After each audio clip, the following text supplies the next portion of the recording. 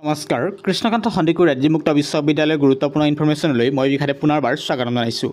ইতিমধ্যে কৃষ্ণকান্ত সন্দিকৈ ৰাজ্যিক বিশ্ববিদ্যালয়ৰ ফালৰ পৰা নামভৰ্তি প্ৰক্ৰিয়া পুনৰবাৰ ডেট বৃদ্ধি কৰাৰ ওপৰত কেন্দ্ৰ কৰি গুৰুত্বপূৰ্ণ নটিফিকেশ্যন আহি পৰিছে। গতিকে চাওঁ আহক বিতং তথ্য। কৃষ্ণকান্ত সন্দিকৈ ৰাজ্যিক বিশ্ববিদ্যালয় সকলোখিনি আপডেটৰ আমাৰ চেনেলক ছাবস্ক্ৰাইব কৰিব। ইতিমধ্যে আমি সকলোখিনি এটুজাৰ ইনফৰমেশ্যন আপোনাক দিবলৈ চেষ্টা কৰি অহা হৈছে। আগষ্ট 2024 ইয়াত উল্লেখ কৰা হৈছে নটিফিকেশ্যন দিছ ইজ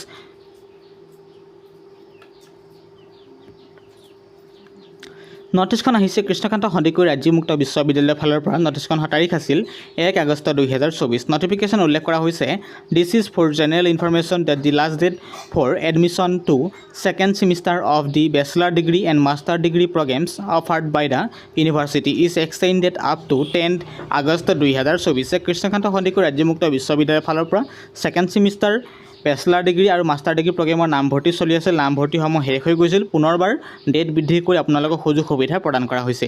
বৰ্তমান আপডেট অনুযায়ী আপোনালোকৰ অন্তিম তাৰিখ হৈছে 10 আগষ্ট 2024। গতিকে ইতিমধ্যে লিংক অ'পেন হৈ আছে। সুন্দৰকৈ আপোনালোকে এডমিশ্যন কৰি ল'ব পাৰিব।